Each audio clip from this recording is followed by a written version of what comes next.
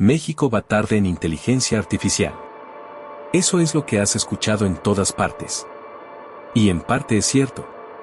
Pero cuando te sientas a revisar los datos con calma, aparece una historia mucho más rara y mucho más útil. Porque el rezago mexicano no está donde casi todo el mundo lo está buscando.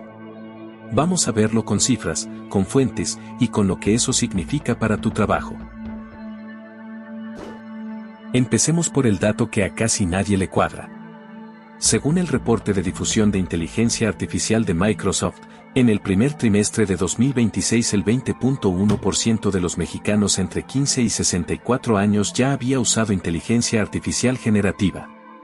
El promedio mundial ese mismo trimestre fue de 17.8%. O sea, México está por encima del promedio del planeta.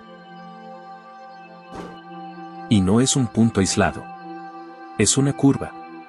En la primera mitad de 2025 íbamos en 16.7%. En la segunda mitad, 17.8%. Y en el primer trimestre de 2026, 20.1%. Subimos 3.4 puntos porcentuales en menos de un año. El mundo subió menos. Así que la persona mexicana promedio no es tecnófoba, ni está dormida. Está adoptando. Aquí es donde varios medios se emocionaron y titularon que México ya era potencia en inteligencia artificial. Y ahí conviene frenar. Porque estar arriba del promedio mundial no es lo mismo que estar arriba de tus vecinos. Si comparamos dentro de América Latina, México va a media tabla. Costa Rica está en 28.5. Uruguay en 24.6. Colombia en 24.5. Chile en 22.7. Argentina en 21.9. Y luego, nosotros. Vale la pena aclarar que mide exactamente ese indicador, porque en divulgación la precisión es la reputación. Ese porcentaje estima cuánta gente usó un producto de inteligencia artificial generativa en el periodo, ajustando por sistema operativo, por penetración de Internet y por población. No mide que tan bien la usan. No mide si la usan en el trabajo. Mide contacto. Y aún así, el contacto ya es alto. Ahora crucemos ese dato con el otro lado del país, las empresas. Según los censos económicos del INEGI, alrededor de 8 de cada 100 empresas mexicanas de 10 o más empleados usa sistemas de inteligencia artificial. El promedio de la Organización para la Cooperación y el Desarrollo Económico ronda el 20%. Y en países como Dinamarca, Finlandia o Suecia, se pasa del 35%. En la industria manufacturera mexicana, la cifra cae a menos de 5%. Un estudio de Accenture junto con la Asociación Empresas Globales y el IPADE, publicado en julio de 2026, colocó a México en el lugar 45 del mundo en preparación para adoptar inteligencia artificial. Y el detalle más revelador no es el ranking. Es 66% de las organizaciones consultadas sigue en pruebas aisladas o pilotos.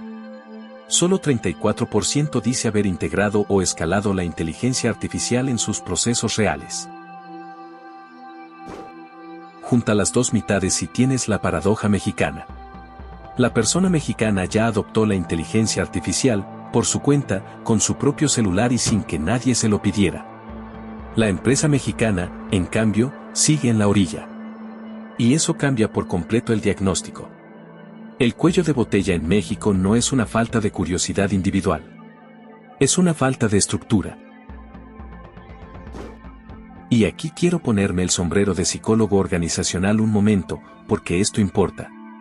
Durante años el discurso dominante ha sido culpabilizador, que si la gente no se actualiza, que si le falta mentalidad digital, que si hay resistencia al cambio. Los datos dicen otra cosa. La gente sí se está actualizando. Lo que no está ocurriendo es que las organizaciones conviertan ese aprendizaje individual en capacidad colectiva. Y eso no se arregla con un curso motivacional. ¿Y qué pasa con el empleo? Un informe conjunto de la Organización Internacional del Trabajo y el Banco Mundial estimó que alrededor del 35% de los empleos en México podría experimentar efectos transformadores de la inteligencia artificial generativa. 14% podría ganar productividad. 2% enfrenta riesgo de automatización total. Y un 18% queda en zona incierta, puede mejorar o puede automatizarse, según cómo se implemente. Pero el dato más duro de ese informe es otro, y casi nadie lo cita. Cerca del 40% de los empleos mexicanos que podrían beneficiarse de la inteligencia artificial no tiene computadora en el lugar de trabajo. En Eslovenia esa cifra es 25%. En Nueva Zelanda, 16%. Es decir, la brecha digital no es un detalle secundario. Es el tapón. No puedes aprovechar una herramienta a la que no tienes acceso. No todo es diagnóstico sombrío. Hay movimiento real. El gobierno mexicano anunció Coatlicue, una supercomputadora pública con más de 14,000 unidades de procesamiento gráfico, 6,000 millones de pesos de inversión y 24 meses de construcción desde enero de 2026, que se instalará en el Politécnico. Y se creó un centro público de formación en inteligencia artificial, cuya primera generación fue de 10,000 personas. El capital privado también llegó. La empresa CloudHQ anunció $4,800 millones para 6 centros de datos en Querétaro, un estado que ya concentra cerca del 79% del mercado mexicano de centros de datos. La Asociación del Sector proyecta que México podría captar más de $80,000 millones en construcción y equipamiento entre 2026 y 2031. Entonces, ¿qué haces tú con todo esto? Primero, deja de sentirte atrasado. Si ya usas inteligencia artificial, estás dentro del 20% del país que la usa y arriba del promedio mundial. Segundo, el diferenciador ya no es usarla dentro de tu trabajo, en tareas reales, con criterio. Porque ahí es donde México está vacío, y donde tú puedes ser la persona que llena ese hueco.